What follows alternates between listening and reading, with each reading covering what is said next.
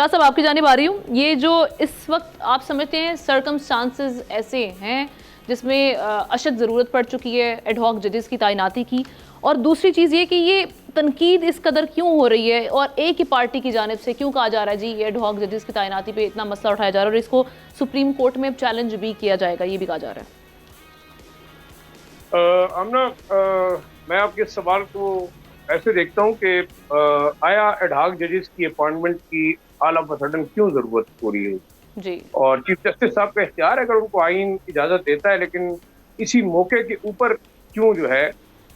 شاید وہ ad hoc ججز اپوائنٹ کرنا چاہتے ہیں. بے شک کانسٹیٹیوشنل ہے،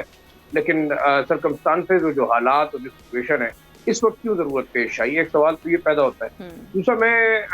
موجودہ فیصلے کی آپ بات کر رہی تھی تو خواجہ آصف صاحب کا ایک اسٹیٹمنٹ میں دیکھا تھا، شاید کوئی میڈیا کانفرنس کر رہے تھے کہ جناب یہ 8 ججز جنہوں نے حق میں فیصلہ دیا ہے وہ چیف جسٹس صاحب کے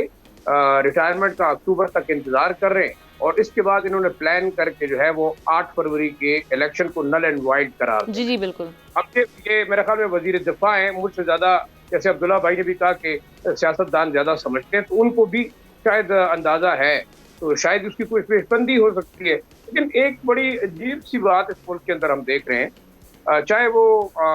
تجزیہ کار ہیں یا اکیڈیمیا ہے یا انٹیلیجنسیا ہے، وہ بالکل پولرائزڈ اور ڈیوائیڈڈ ہے، اور بدقسمتی یہ ہے کہ آبجیکٹو بات کرنے والے لوگ بڑے کم ہیں. ہمیں اس سے کوئی دلچسپی نہیں ہے کہ جناب قیدی 804 وزیر اعظم ہوتا ہے یا تخت لاہور چلانے والا بادشاہ وزیر اعظم ہوتا ہے یا وہ بلاول ہاؤس کا زرداری صاحب ہے وہ ملک کا وزیر اعظم یا صدر ہوتا ہے.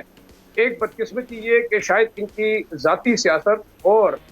کہتے ہیں نا کہ لسٹ فار پاور، اس نے پاکستان کا بیڑا غرق کر دیا، اور اس میں کوئی دوسری رائے نہیں ہے کہ یہی 3 لوگ ہیں جن کے ہاتھوں آج ہم اس حالات پہ پھنسے ہوئے ہیں کہ جہاں میرے خیال میں نہ تو ملک کی اکانومی راستے پہ ہے، نہ ملک کے ڈیفنس کا جو ہے وہ صحیح راستے پہ چل رہا ہے، نہ ملک کے اندر لا اینڈ آرڈر کے حالات بہتر ہو رہے ہیں، آپ کے بارڈر کے اوپر حملے ہو رہے ہیں. کسی کا کوئی بھی کردار نہیں نبھا رہا. ایگزیکٹلی بات وہی ہے کہ اسٹیبلٹی کب آئے گی جب آپ کے سیاستدان صرف اقتدار کی خاطر، کرسی کی خاطر اور صرف اپنے اخراجات کی خاطر لڑ رہے. میرے خیال میں دیکھیں یہ ملک پورے 24 کروڑ پاکستانیوں کا ہے نا، صرف 10-12 خاندانوں کا تو نہیں ہے. اور یہ وہ کون سے لوگ ہیں؟ یہ وہ لوگ ہیں جن کے اپنے مفادات ہیں. یہ تو اپنے مفادات کو جو ہے نا وہ پروٹیکٹ کر رہے ہیں، چاہے وہ جس کی جھولی میں بھی جا کے بیٹھتے ہیں،